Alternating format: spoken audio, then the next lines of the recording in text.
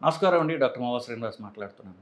ఇవాళ మనము ఒక టాపిక్ గురించి కాకపోయినా, తిండి గురించి సంబంధించినటివి, అట్లాగే తిండి కొంచెం అటు ఇటుగా ఉన్నటువంటి ఎక్కువ అపనమ్మకాలు ఏవైతేనో వాటి గురించి మాట్లాడదాం. మన నమ్మకాలు చాలా వరకు మన కల్చర్‌లో భాగంగా వచ్చినాయి. అంటే మన అప్బ్రింగింగ్‌లో, మన ఫ్యామిలీ, మన ఫ్రెండ్సు, మనం చిన్నప్పుడు ఉన్నప్పుడు ఎస్పెషల్లీ మనం ఎవరు చెప్తే అవి నమ్ముతుంటాం. ఎందుకంటే మన మైండ్ అలా ఉంటుంది. స్కూల్‌లో ఎస్పెషల్లీ ఇట్లాంటివి చెప్తున్నప్పుడు మనం లాజిక్ ఉపయోగించకుండా వాటిని మనం నమ్మేయడం జరుగుతుంది. అది ఎంతో కాలం మన మైండ్‌లో ఉండటం వల్ల మనం కొంచెం వయసు వచ్చిన తర్వాత కూడా మన లాజిక్ దానికి అప్లై చేయకుండా ఇది ఒక మన బిహేవియర్‌లో భాగంగా అయిపోతుంటది.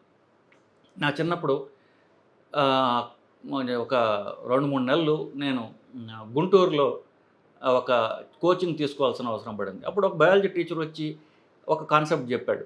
ఆయన ఏం చెప్పాడంటే, ఎక్కడ పడితే అక్కడ మగవాళ్ళు మూత్ర విసర్జన చెయ్యకూడదు. ఎందుకంటే ఎక్కడ పడితే అక్కడ మీరు గనుక మూత్ర విసర్జన చేసినట్లయితే కొన్ని క్రిములుంటాయి. అప్పుడు ఆయన సిఫిలిస్ అనేటటువంటి పేరు వాడాడు యాక్చువల్లీ.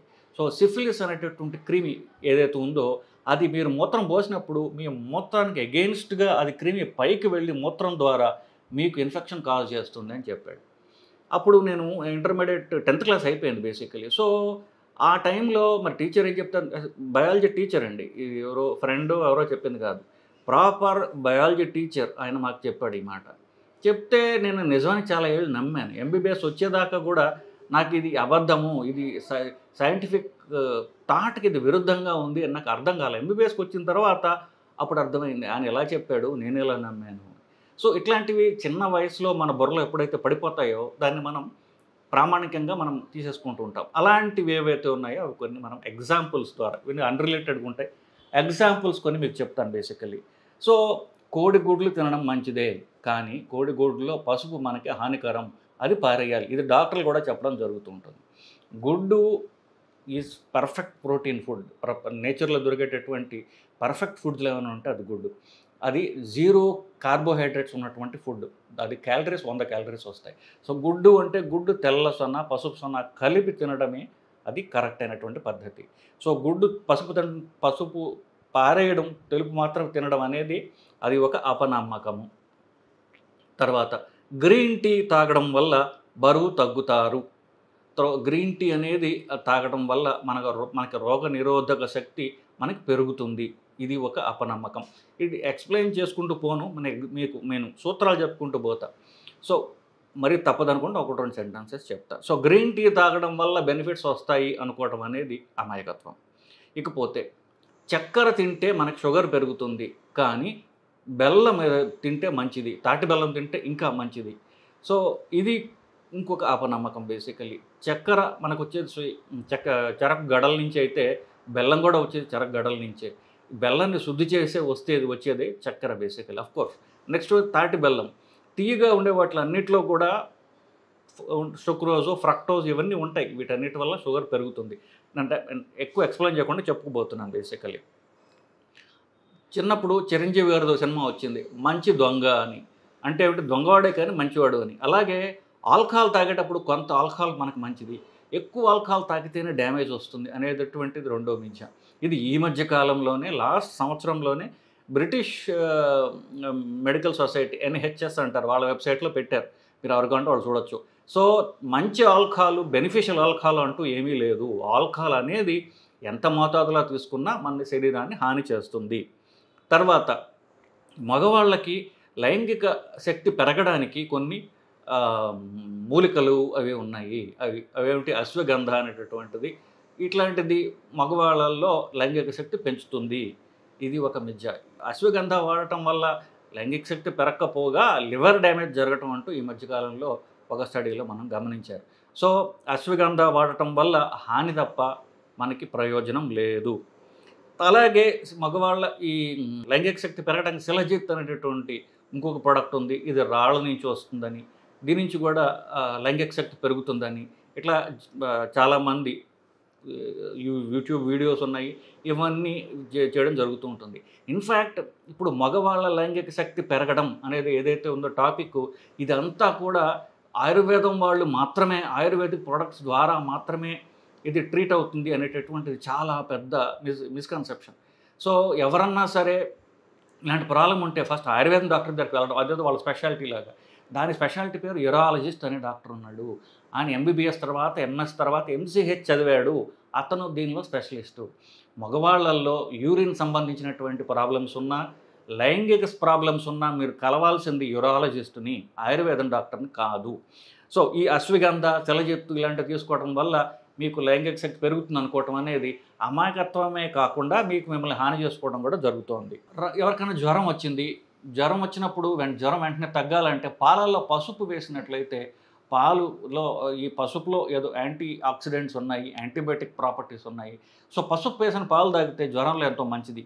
ఇది కూడా అన్సైంటిఫిక్ థింకింగ్. దీంట్లో ఎట్టి ఏంటంటే సైంటిఫిక్ ప్రూఫ్ కానీ ఇవి కానీ లేవు. మీకు జ్వరం వస్తే వేసుకోవాల్సిన మందులు ఉన్నాయి, మందులు వేసుకోండి. జ్వరం ఎందుకు వచ్చిందో చూడండి. మామూలు జ్వరం దగ్గర నుంచి క్యాన్సర్ దాకా, మామూలు వైరల్ ఫీవర్ దగ్గర నుంచి మలేరియా దాకా, మెనింజైటిస్ దాకా క్యాన్సర్, వీటన్నిటికీ కూడా ఫీవర్ ఫస్ట్ మేనిఫెస్టేషన్ కావచ్చు. సో ఆల్కహాల్ లాగా మంచి ఫీవర్ చెడ్డ ఫీవర్ ఉంటూ లేవు. ఫీవర్ 3 రోజుల కంటే ఎక్కువ మీకు జ్వరం ఉన్నట్లయితే మీరు డాక్టర్ని కన్సల్ట్ చేయడం అనేది అవసరము. పసుపు వేసిన పాలు తాగుతాను లేకపోతే ఇవి తాగుతాను అనుకోవటం అనేది చాలా తప్పు. సో 4వది ఏంటంటే పళ్ళు తినడం ఎంతో శ్రేయస్కరం. నేను ఉపవాసం చేస్తున్నాను కానీ ఫలాహారం తింటున్నాను. ఫలాహారం.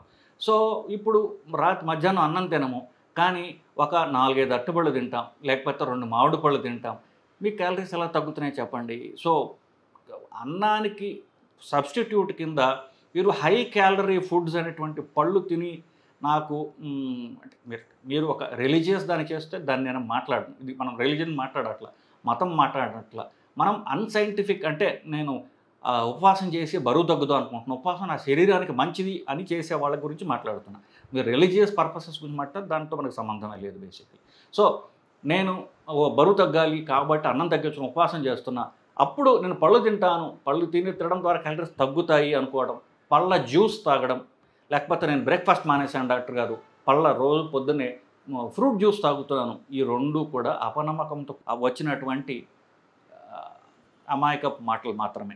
ఏమయ్యా ఆల్కహాల్ తాగుతూ ఉంటే సార్ ఆల్కహాల్ ఏమిటి, నేను కాఫీ టీలు కూడా తాగను అంటే కాఫీ టీల వల్ల మనకి హాని కలుగుతుంది అనేటటువంటిది ఇంకొక అపనమ్మకం. ఇన్ఫ్యాక్ట్ కాఫీ తాగడం శరీరానికి మంచిది. బ్లాక్ కాఫీ తాగడం, షుగర్ లేకుండా బ్లాక్ కాఫీ తాగడం శరీరానికి ఎంతో మంచి జరుగుతుంది. సో క్యాలరీస్ 0 వస్తాయి, but still you feel fresh. ఇప్పుడు ఆకలేస్తోంది, మనం ఒక చాక్లెట్ తినే కంటే టిఫిన్ తినే కంటే ఒక కాఫీ తాగటం వల్ల మన క్యాలరీస్ తక్కువ పోతాయి, మనకి ఎనర్జీ ఇమీడియట్గా వస్తుంది. సో కాఫీ తాగటం, నల్ల బ్లాక్ కాఫీ తాగడం అనేది మంచిది. బుల్లెట్ ప్రూఫ్ కాఫీ తాగగలిగితే, నేను తాగలేను బట్ చాలా కామన్ అది, ఎవరైనా తాగగలిగితే ఇంకా మంచిది. యాపిల్ సిడర్ వెనిగర్ అనేది చాలా మంచిదని యూట్యూబ్లో చాలా వీడియోస్ చేస్తున్నారు.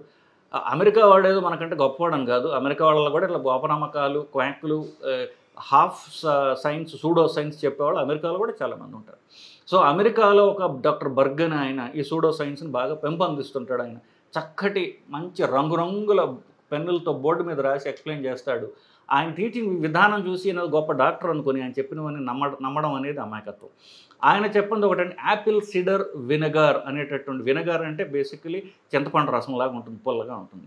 సో ఈ యాపిల్ సిడర్ వినెగర్ అనేటువంటి, యాపిల్ సిడర్ అనేటువంటి చెట్ల నుంచి వస్తుంది. సో ఇది తాగటం వల్ల లివర్ ఫ్యాట్ తగ్గుతుందని, బరువు తగ్గుతారని, పొద్దున చెంచా తాగితే ఎంతో లివర్ని శుద్ధి చేస్తుందని చెప్పేసి, ఇమ్యూనిటీ పెంచుతుందని, ఇట్లాంటివన్నీ కూడా ఎట్లాంటి సైంటిఫిక్ ఎవిడెన్స్ లేకుండా పెంచి పోషించేటటువంటి అపనమ్మకాలు.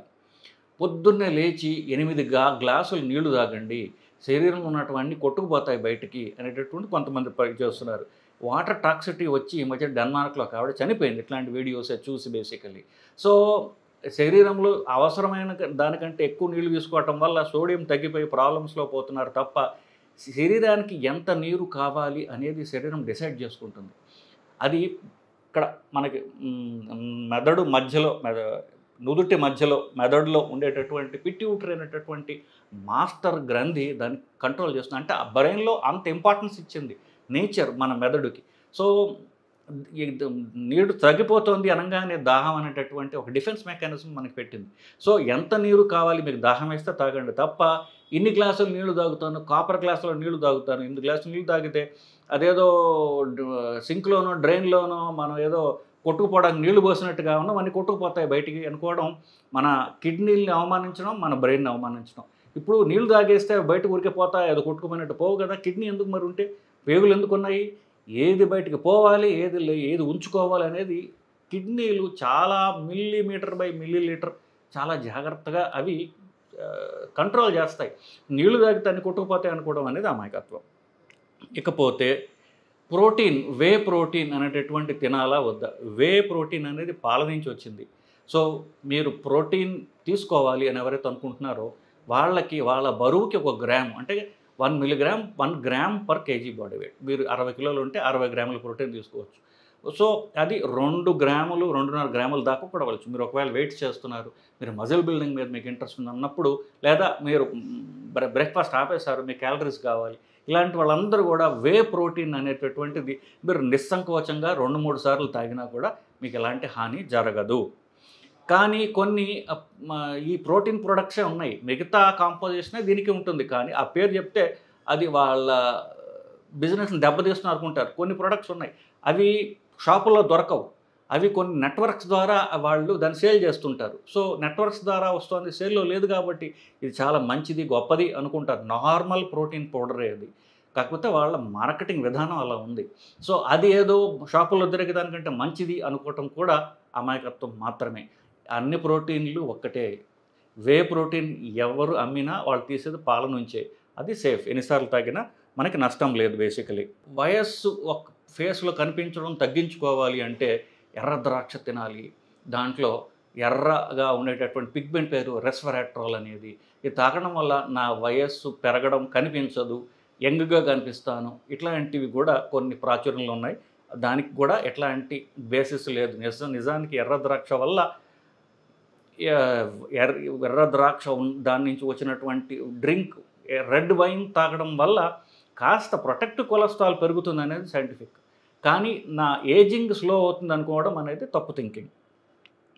తర్వాత ఎక్సర్సైజ్ చేయండి అని చెప్పేసి నేను పేషెంట్కి చెప్తాను, వీడియోలో చెప్తాను. నాకు చెప్తూ ఉన్నప్పుడు చాలామంది వచ్చి డాక్టర్ గారు నేను పొద్దున ప్రాణాయామం చేస్తాను, యోగా చేస్తాను, సో నేను మళ్ళీ ఎక్సర్సైజ్ చేయాల్సిన అవసరం ఏంటి అంటుంటారు. సో యోగా అనేది మైల్డ్ టు మోడరేట్ ఎక్సర్సైజ్ అని వస్తుంది. మీరు అది ఎన్ని క్యాలరీస్ బర్న్ చేస్తుందని చూసినప్పుడు యోగా చేసే వాళ్ళందరూ కూడా తీవ్రంగా యోగా చేయడం కూడా వాళ్ళకి ఇష్టపడరు. ఏదో కాస్త మైల్డ్ యోగాలు చేయడానికే వాళ్ళు అది చేసి ఎక్సర్సైజ్ అనుకునేటటువంటి భ్రమలో ఉంటారు వాళ్ళందరూ కూడా. యోగా అనేది మైల్డ్ టు మోడరేట్ ఎక్సర్సైజ్ మాత్రమే. సూర్య నమస్కారాలు 108 చేస్తే సూర్య నమస్కారాలు అవుతాయి, కానీ 10-15 సూర్య నమస్కారాలు చేసి సూర్య నమస్కారాలు చేస్తున్నాం అనుకోవటం అనేది మైల్డ్ ఎక్సర్సైజ్ మాత్రమే. యోగా వల్ల తప్పనిసరిగా బెనిఫిట్స్ ఉన్నాయి. అవేంటి? ఫ్లెక్సిబిలిటీ, జాయింట్ ఫ్లెక్సిబిలిటీ పెరుగుతుంది. మీరు 50 దాటిన తర్వాత బాడీ స్టిఫ్గా అవుతుంది, జాయింట్ స్టిఫ్గా ఉంటాయి. సో అది మీ ఫంక్షనాలిటీ, మీరు పనులు చేసుకునేటట్టు ఫంక్షనాలిటీ కాస్త తగ్గిస్తుంది బాడీ స్టిఫ్గా ఉన్నప్పుడు, జాయింట్ స్టిఫ్ అన్నప్పుడు. అది తగ్గించుకోవడానికి ఈ యోగా అనేది ఉపయోగమే. కానీ దానివల్ల బరువు తగ్గుతా, దానివల్ల నా కొలెస్ట్రాల్ షుగర్ తగ్గుతుంది అనుకోవటం అనేది అపనమ్మకం మాత్రమే. తర్వాత జుట్టు పెరగడానికి రకరకాల ప్రొడక్ట్స్ ఉన్నాయి. సో మందులు ఉన్నాయి.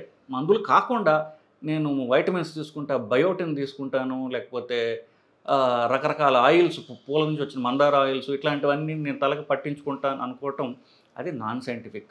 జుట్టు పెరగడానికి సైంటిఫిక్ మెథడ్స్ ఉన్నాయి, ఖచ్చితంగా ఉన్నాయి. దానికి కొన్ని మందులు ఉన్నాయి. మందులు ఉన్నటువంటి హెయిర్ ఆయిల్స్ ఉన్నాయి, క్రీమ్స్ ఉన్నాయి. అట్లాంటివి వేసుకోవటం వల్ల జుట్టు పెరుగుతుంది, అది సైంటిఫిక్. అది లేదా అఫ్కోర్స్ కొన్ని ట్రీట్మెంట్స్ కూడా ఉన్నాయి, హెయిర్ ట్రాన్స్ప్లాంట్స్ ఉన్నాయి, రకరకాలు ఉన్నాయి. సో ఇవి తీసుకోవాలి. కానీ రకరకాల అన్ప్రూవెన్ ఆయిల్స్ అంతా తల మీద పెట్టి స్కిన్ డ్యామేజ్ చేసుకుని స్కిన్ హాని చేసుకోవటం అనేది అది అపనమ్మకం మాత్రమే. ఇప్పుడు ఎవరైతే యూరిన్ పెరిగే ట్యాబ్లెట్స్ రాస్తాం గుండె జబ్బుల్లో, గుండె వీక్గా ఉన్నప్పుడు ఎస్పెషల్లీ వాళ్ళకి బాగా కాళ్ళు పట్టేస్తున్నాయి అన్నప్పుడు ఏంటంటే యూరిన్ ఎక్కువ పోతుంటే మజిల్ క్రాంప్స్ వస్తాయి. వాళ్ళకి మజిల్ కండలు ఎట్లా పట్టేసినట్టు అనిపిస్తుంది, బాగా వీక్గా అనిపిస్తుంది. ఎందువల్ల యూరిన్లో సాల్ట్స్ పోతాయి, కాస్త పొటాషియము, మెగ్నీషియము ఇట్లాంటివన్నీ పోతాయి. వాళ్ళకి ఆ క్రాంప్స్ ఉన్నంతకాలం కాస్త సాల్ట్ సప్లిమెంటేషన్ చేయండి అని చెప్తాం. సో మన హాస్పిటల్లో ఉంటే మేము పొటాషియం క్లోరైడ్ అనేది ఇంజెక్షన్ ద్వారా ఇస్తాం. బట్ ఇంట్లో ఉన్నప్పుడు పొటాషియం క్లోరైడ్ డేంజరస్ కాబట్టి కాస్త మీరు క్రాంప్స్ ఉన్నంతకాలము కొంత సాల్ట్ సప్లిమెంటేషన్ చేయండి అని చెప్తాం. అప్పుడు దానికి సాల్ట్ ఎవరు తాగలేరు కదా. సో ఏదో పుల్లగా ఉన్న పదార్థం, మజ్జిగో, పుల్ల పెరుగో, నిమ్మరసం ఇది వేసుకుని తాగని చెప్తే పుల్లది తాగితే నాకు జలుబు చేస్తుంది, నాకు సర్ది వచ్చేస్తుంది, సో నేను పుల్లవి నేను తాగను అనేటటువంటిది ఒక ప్రిడామినెంట్ చాలా మందిలో ఉన్నటువంటిది. సో పులుపు తినడానికి జలుబుకి ఎట్టి సంబంధము లేదండి. ఈ రెండు ఏంటంటారంటే ఒకటి ఒక నక్కైతే ఒక నాగలోకం టైప్లో ఉంటుంది. పులుపుకి ఎలర్జీ ఉండడం అనేది చాలా అరుదు. పులుపు వల్ల కొంతమందికి పొట్టలో ఏమైనా ప్రాబ్లం రావచ్చు, కానీ పులుపు తింటే జలుబు చేస్తుంది అనుకోవడం అనేది చాలా కరెక్ట్ కాదు. అది చాలా అమాయకత్వపు థింకింగ్ బేసికలీ. నెక్స్ట్ లాస్ట్ది ఇవాళ. సో తెలంగాణ రీజియన్స్లో చాలామందికి కళ్ళు తాగడం అనేది చాలా అలవాటు బేసికలీ. సో ఆల్కహాల్ తాగద్దే అంటే చచ్చాను, ఆల్కహాల్ తాగదు సార్, చెట్టు కళ్ళు తాగుతాను నేను, చెట్టు నుంచి వచ్చినటువంటి మందులాగా, సో చెట్టు కళ్ళు మాత్రమే తాగుతాను. సో ఇవి చెప్పడం ఎందుకంటే మీరు ఆల్కహాల్ అన్నారు కదా, చెట్టు కళ్ళు సార్, ఇది చెట్టు మందు, ఇది ఆల్కహాల్ కానే కాదు అనేటటువంటిది చాలా పాపం నిజంగానే నమ్ముతారు, అలాగే చెప్తారు కూడా వాళ్ళు. అంటే వాళ్ళు డాక్టర్ చెప్పాల్సిన అవసరం కూడా లేదు, ఎందుకంటే ఆల్కహాలే కాదు కదా అంటుంటారు. మగ ఆడ చాలామంది ఇలా తాగుతుంటారు. సో చెట్టు నుంచి వచ్చినంత మాత్రాన ఇప్పుడు విస్కీ బ్రాందీ ఉన్నాయి, అవేమో చెట్ల నుంచి రానివా, అవి ఇన్ఫ్యాక్ట్ అది బియ్యం గింజల నుంచి వచ్చినవి, లేకపోతే బార్లే ఇట్లాంటివి అవి గింజల నుంచి వచ్చినవి, అవి కూడా అవేదో అక్కడి నుంచి తయారు చేయలేదు. అన్నీ కూడా మనం తినే పదార్థాల్లోంచి తీసినవే ఇవన్నీ, అన్ని టైప్స్ ఆఫ్ ఆల్కహాల్ కూడా. సో చెట్టు నుంచి వచ్చింది కాబట్టి అది గొప్పది అనుకోవటం అనేది అమాయకత్వం. ఆల్కహాల్ ఏదైనా సరే, కళ్ళులో కూడా బీర్లో 4% ఆల్కహాల్ ఉంటే చెట్టు కళ్ళులో కూడా 4% ఆల్కహాలే ఉంటుంది. బీర్ తాగితే మీరు ఆల్కహాల్ అనుకుని చెట్టు కళ్ళు తాగితే మనకు ప్రొటెక్ట్ చేస్తుంది అనుకోవటం ప్యూర్ అమాయకత్వం మాత్రమే. ఇకపోతే జాండీస్ వచ్చినప్పుడు మందులు తీసుకోండి అంటే చెట్ల మందు తీసుకుంటున్నాము, లేకపోతే చెట్టు మందు తీసుకుని తగ్గకపోతే డాక్టర్ దగ్గరికి పోదాము, ఇది ఒక తీవ్రమైనటువంటి సీరియస్ ప్రాబ్లం ఇది.